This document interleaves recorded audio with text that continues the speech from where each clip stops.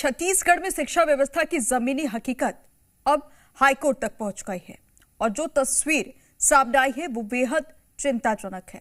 प्रदेश में हजारों स्कूल तो बने लेकिन बुनियादी सुविधाएं नदारद।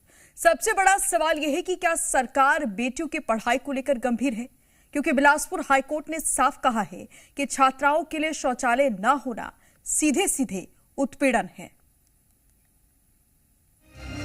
छत्तीसगढ़ के सरकारी स्कूलों की सच्चाई अब कोर्ट के सामने है।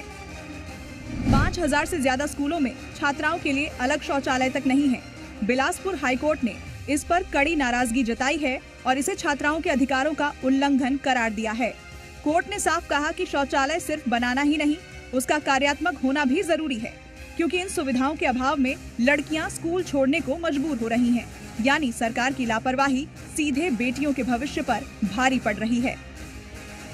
सुनवाई के दौरान खुद स्कूल शिक्षा विभाग ने माना कि बिलासपुर, रायपुर, कोरबा, बस्तर और जांजगीर चांपा जैसे जिलों में शौचालयों की भारी कमी है।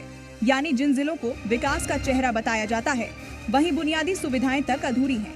कोर्ट ने सरकार को फटकार लगाते हुए शिक्षा सचिव से शपथ पत्र के साथ विस्तृत रिपोर्ट मांगी है और अगली सुनवाई तक उन सभी स्कूलों की सूची और कार्य योजना भी तलब की है जहां सुविधाओं का अभाव है। मामला यहीं नहीं रुका। बिलासपुर के सिरगिट्टी स्कूल की तस्वीर ने और सवाल खड़े कर दिए, जहां स्कूल के बीच मैदान में खुले में सरिया पड़ा है, जो कभी भी बड़े हादसे की वजह बन सकता है।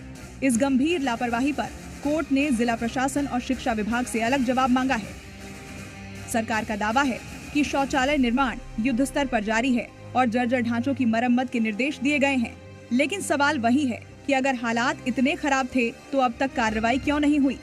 जब स्कूलों में बुनियादी सुविधाएं ही नहीं होंगी तो बेटी पढ़ाओ का नारा कितना असरदार होगा।